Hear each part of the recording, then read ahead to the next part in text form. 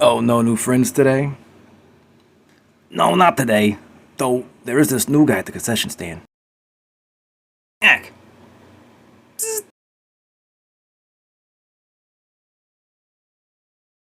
Ack.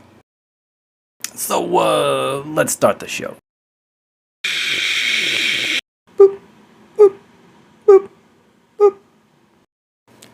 So it starts out with Earth being visited by a massive fleet of flying saucers from Mars. You got the president, James Dale, he's addressing the people. You've got Natalie Lake from the talk show, and then her boyfriend, news reporter Jason Stone.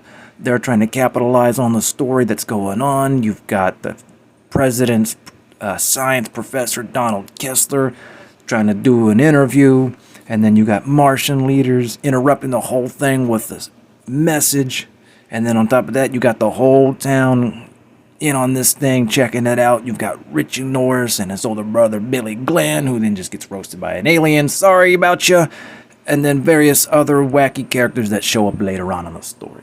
So against the advice of his evil general, Decker, President Dale chooses to greet the Martians as foreign dignitaries, ordering the military officers, General Casey, to welcome them to Earth. And then Billy Glenn, a private in the U.S. Army, is also is a soldier who volunteers to accompany General Casey as he greets the Martians in Nevada.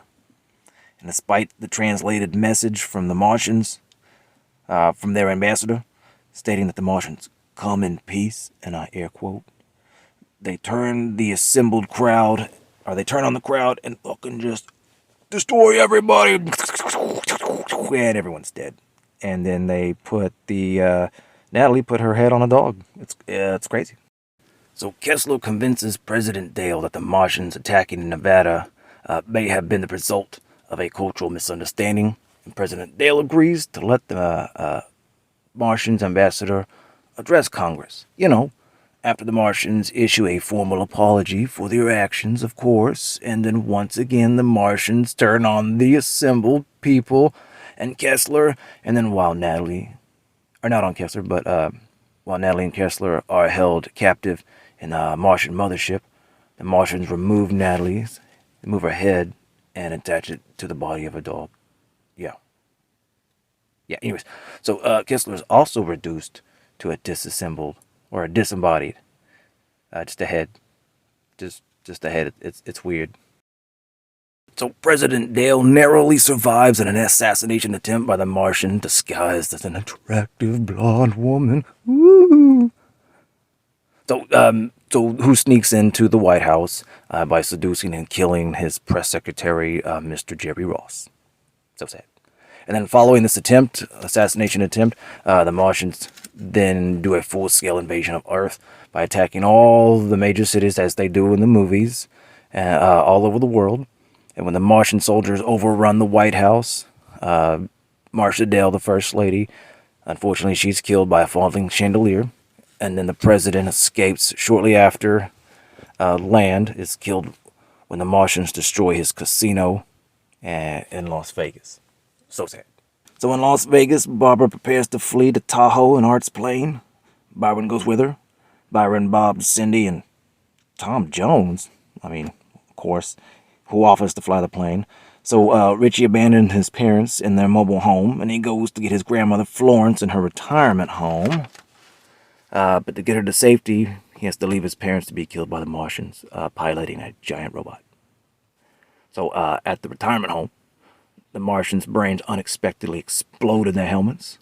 And whenever they're listening to Florence's record of Slim Whitman's Indian Love Call, revealing their only known weakness so far. So Barbara, Byron, Cindy, and Tom Jones reach Art's plane, but then they find the runway overrun by the Martians, led by the Martian ambassador. But in order to bide some time for his friends, Byron steps forward to the challenge. until he goes on a fucking toe-to-toe boxing match, beating these bitches to death before what appears to be being overrun by a horde of them.